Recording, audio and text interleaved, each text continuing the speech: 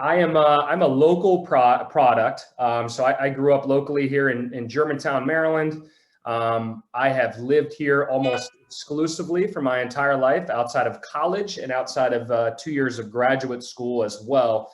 But I'm a physical therapist now. I'm the owner of Rehab2Perform. We are a fitness-focused physical therapy company that was founded in December of 2014. We currently have 4 locations and are about to open up location number 5 in Annapolis.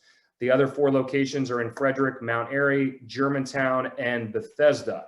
As you can imagine, it's been a challenging year being a business owner, but at the end of the day, you don't get into business most likely to have an easy road or an easy path. So just happy to be here and honestly say that we're in a good spot. We're very optimistic about our future.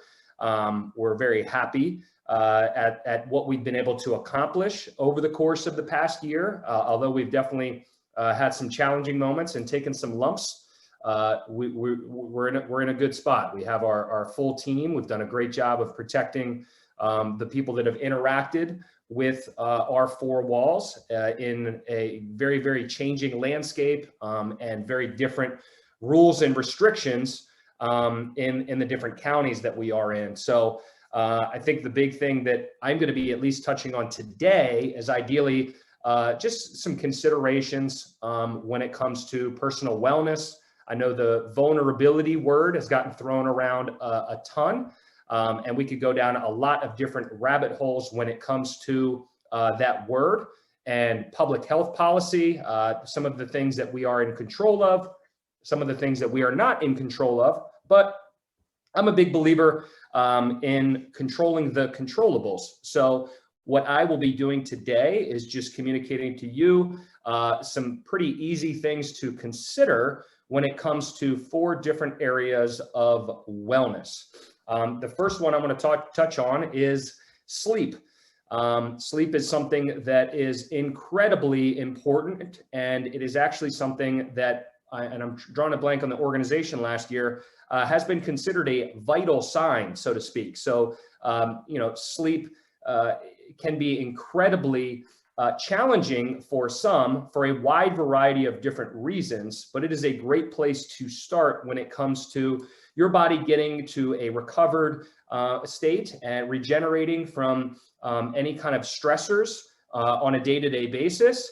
And the way I want you to look at sleep is quantity and quality.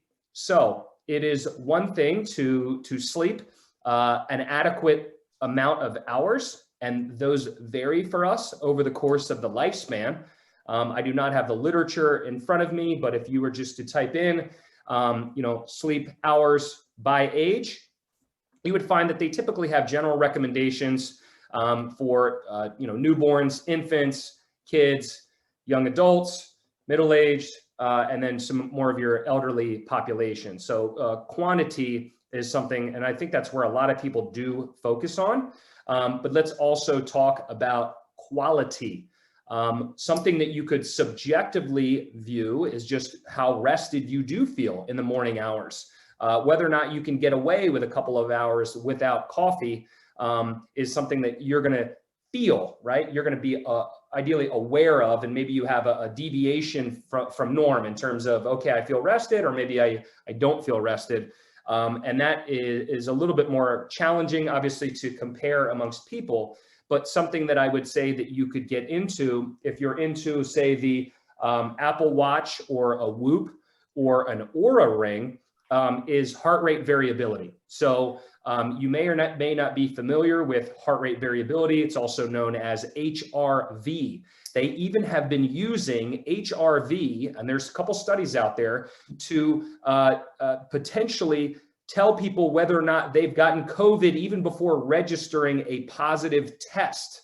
So there are some things being studied. Sibley Memorial was one that comes to mind, where they did a recent study on HRV and the dip and deviation from norm being a potential indicator of an individual who is about to test positive for COVID. So all things related not to COVID, HRV is a metric that looks at whether or not your heart rate is consistent at rest, if you think about flatlining, or if there's some subtle variation to it. A healthy heart should have variety and variability. And I would argue that everything in your body should have variety and variability. It should not be flatlining. I always think of flatlining as being dead. Flatlining shows a lack of the ability to adapt. It's most likely a correlation for a stressed system. So if you think about HRV as a representation of your, oh, perfect, Fitbit too. That's great. I'm sorry, I forgot to mention that one. But if you think about HRV being a gauge for your central nervous system, parasympathetic nervous system and sympathetic nervous system. Sympathetic is fight or flight. Parasympathetic, rest or digest. Ideally, our body finds a way to continually come back to a more parasympathetically driven state. That would be indicative of HRV that would be higher. You would have more variety and more variability. If your HRV numbers were low, it would indicate that you're not, your body is not coming back to a rested state as much. So it's just something that we could talk a lot more about, but that is a way for you to look a little bit more at sleep quality instead of just sleep quantity, because some people also will assume, hey, I sleep even more hours than I'm supposed to. But my question for that would be, is more hours necessarily more better? I'm not always a believer that more is more better. I want to find optimum. So optimum is very different for everybody. So the more that you have some quantifiable metrics to go with is gauge for quality of sleep, I think the better off that you'll be. When it comes to nutrition, I know that this can be something that a lot of people have a lot of different attachments to. It's hard to have a conversation about because there's a lot of emotions surrounding nutrition. I think far too often nutrition is presented to people as a means to achieve an aesthetic, as opposed to focusing on performance and our body's ability to do things well, or to move, or to feel good, or to sleep well, or to have what we should strive for, which is the absence of disease, right? So ideally, if we just get to nuts and bolts of a lot of different nutritional routines, a lot of them focus on single ingredient foods. So focusing on shopping in the perimeter, focusing on fruits, vegetables, meats, nuts, basics, where you look at something and somebody's going to go, what is that? And you're going to be able to go, oh, that's X. Not, oh, I've got to look at the label because there's 17 different things on the back of it, and 10 of them I really have no clue what they actually look like in isolation. So I would challenge yourself just to be more aware of how many ingredients are in the food that you're consuming. There actually is a lot of food that is allowed in America that is not allowed in other countries. So when you talk to, or when you look at the things that are on the ingredient list, you could be consuming things that are not allowed in other countries, whether or not it's sweeteners or additives or preservatives. I've become a lot more aware of those, not only in food products, but also in like household cleaners, shampoos, deodorants. And you're going to want to do everything that you can to decrease stressors. Those chemicals that may not be beneficial for you can contribute to stress. Stress is stress. It might come into your body differently, but the accumulation of stress can be very negative and can potentially put our body in an inflammatory state. So the other thing that I would recommend when it comes to nutrition is educating yourself on pro-inflammatory items and educating yourself on anti-inflammatory items. I think we all could agree, especially if you look at the research even surrounding COVID and the cytokine storm and some of the inflammatory markers that are coming as a result of it, that inflammation is something that we should just be more mindful of. We do not want to create a systemic state in which our body is inflamed as a result of things that we are ingesting. And I say ingesting and things, because I would argue that not everything that people ingest on a regular basis should fit a definition of food. Make sure that your definition of food is clearly defined. I think that puts you in a position also where you're not defining things that you're ingesting as good or bad. You just have a definition of what is classified as food and what is not food. So it's not good or bad. It's either this fits a definition of food, or this is just an object that was created in a factory. Okay, so it's not meant to do anything, honestly, other than stimulate thought. And hopefully you'll just approach some of the things that you're ingesting on a regular basis a little bit differently, right? It's not to say you can't have a Chick-fil-A brownie every now and then, but if every single day we're having a Chick-fil-A brownie, you can see how that potentially could be problematic, especially given the fact, I mean, the other day, and the BMI definitely has its limitations for a wide variety of different reasons. But I think when 78% of the people that have been hospitalized are found to be obese, like that's something we need to be mindful of. That is information that puts us in certain categories that makes us a little bit more vulnerable. Mindfulness, we can go down a lot of different roads but I would say the biggest thing that I've noticed over the past year is the benefit of setting aside time just to think. And that sounds so simplistic, but oftentimes we are incredibly busy, and we are consumed by our busy, and we're consumed by routine, and we're consumed by this. And rarely do we carve out times where we are not consumed by some kind of thing or routine or a task or a role and responsibility. So maybe setting aside some time either in the beginning of the day or the end of the day, go for a walk, sit with a cup of coffee and just be there. Drive with the radio off. Let things just kind of come into your head. And for anybody who's done kind of like a 5-minute journal in the morning or something along those lines, but you start to ideally think about, okay, how am I feeling? How did I feel about yesterday? What would make today a good day?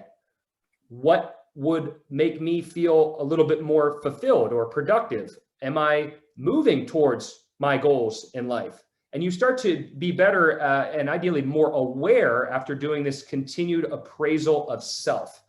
But I think oftentimes when it comes to some of the mental health challenges and struggles and battles that we all go through, it's something that I think is beneficial, just to allow thoughts to just seep in instead of occupying, right? And this occupies it, or a TV occupies it, or jumping right into your email first thing is you're never having a chance to really take an appraisal of where you are at that point in time, how you feel about things that have happened maybe recently, and how you feel about your future prospects. So that would just be something I would recommend. Time for introspection, absolutely. So, and Patricia, out of curiosity, what are you using for journaling? I've been journaling since I was 14. Perfect. I got the big book, and then I got the travel book for my bike rides, and then I got, Yeah, and I would argue it even helps you on a professional level too. Like things, I'll have new ideas that pop up sometimes when I'm just carving out this time for myself. And you're creating time for yourself, and it could be 5 minutes, but it's still 5 minutes. People are like, oh, well, 5 minutes is not that much time. 5 minutes over the course of a week is 35 minutes. Like 35 minutes times 52 weeks, like that adds up quick.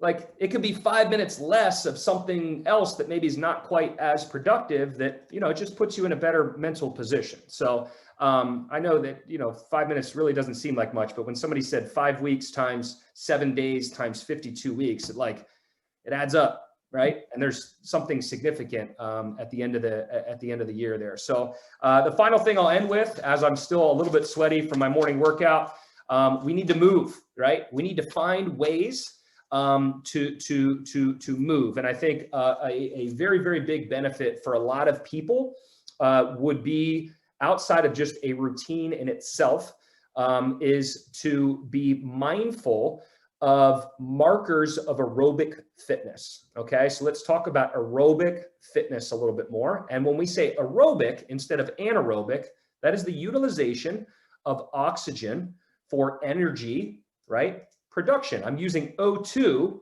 during a task and to ideally repetitively provide my body with energy to continue to move. So if I have good aerobic fitness, or let's say elite aerobic fitness, and we can argue about why Lance Armstrong might have had like a heart rate of 41 or 42.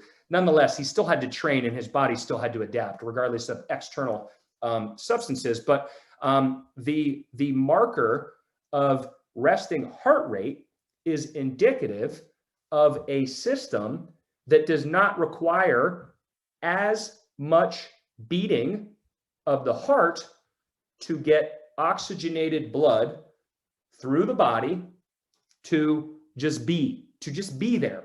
So say he has 40 and somebody else had 80, their body has to pump twice as much in order to just provide the body with oxygen-rich, right, blood and blood throughout the body.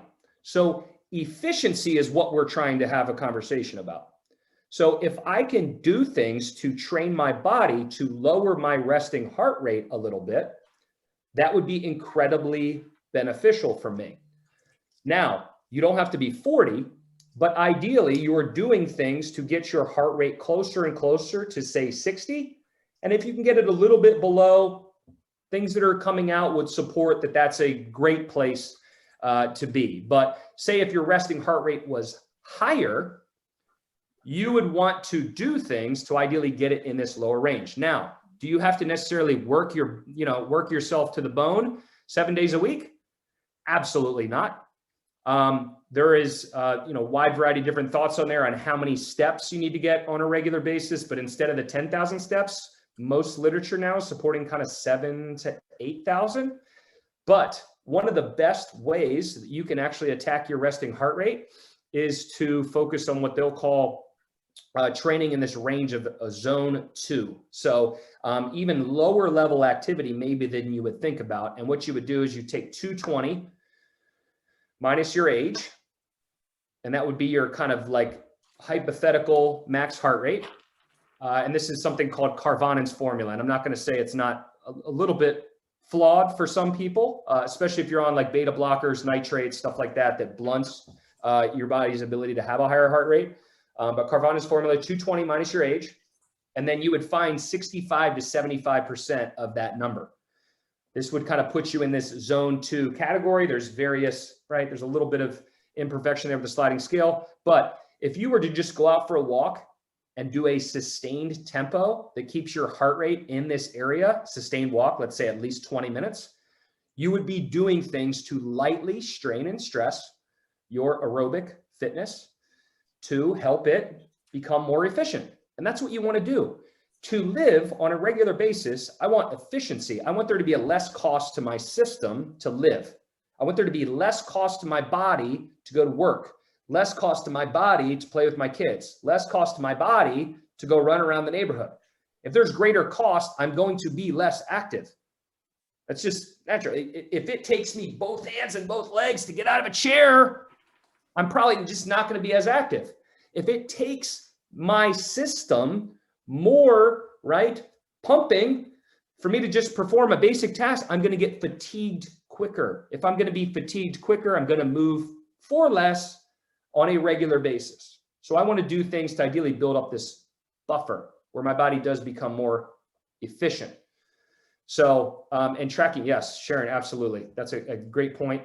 If you notice that your resting heart rate all of a sudden is higher than it normally is, that's also an indication that your body's stressed. I would say oftentimes, but not all times, that spike in resting heart rate also probably would come with a lowering of your HRV. Your body would be, be in this stressed state. So hopefully that this information helped people, ideally just exposing you to very simple strategies, things you could very easily implement on your own.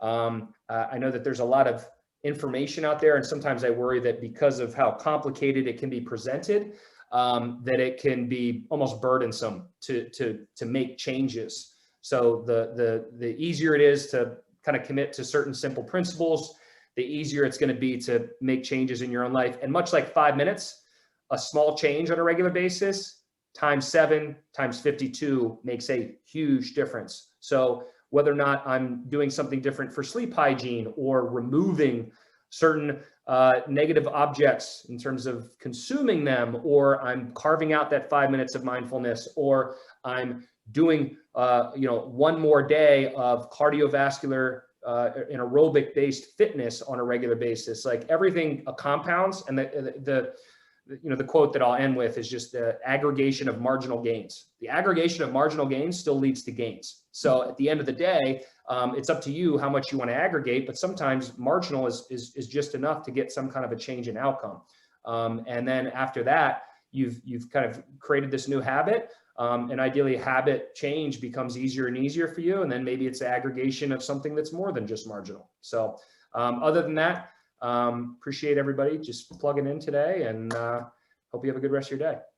Josh, thank you so much. That's why you're our Entrepreneur of the Year last year. You're awesome. I really like mindfulness over everything. If we could be mindful of our sleep, mindful of our nutrition, just mindful about moving, I think that's great. Anybody have any questions or comments for Josh? Thank you for putting it all in perspective and recognizing the value of starting small to build big. Absolutely. Yeah. And I would keeping say it like a simple. brick, right? Lay one brick every day. Yeah, and keeping it simple. Oh, Sharon, where'd you go? I wanted to thank our sponsor, Sharon from Life Energy Foundation. She just, thanks so much. All these topics are exactly what we cover and help people. Oh, I guess she got off. Well, anyway, we thank Sharon for sponsoring our Wellness Wednesday tips. And next week, we're having Renita Beamer from Beamer Coaching. I don't know if you remember her or not. She was a chamber member. She's not anymore, but I invited her on anyway. And then a couple of upcoming events that I just want to tell you about. We have a marketing webinar on April 6th that I think everybody will find informative at 9 o'clock. And then we have our Lunch and Learn with Laura Nash at Edward Jones on the 9th. Then we have an SBA update coming up. Josh, you might be interested in this on April 12th at 10 o'clock. And then we have our joint mixer with Silver Spring this month, Silver Spring Chamber on the 22nd. So I want to thank you so much, Josh, for presenting these tips today. And I want everybody to have a wonderful day. It's good to see you, and we'll see you next week. Thanks, everybody.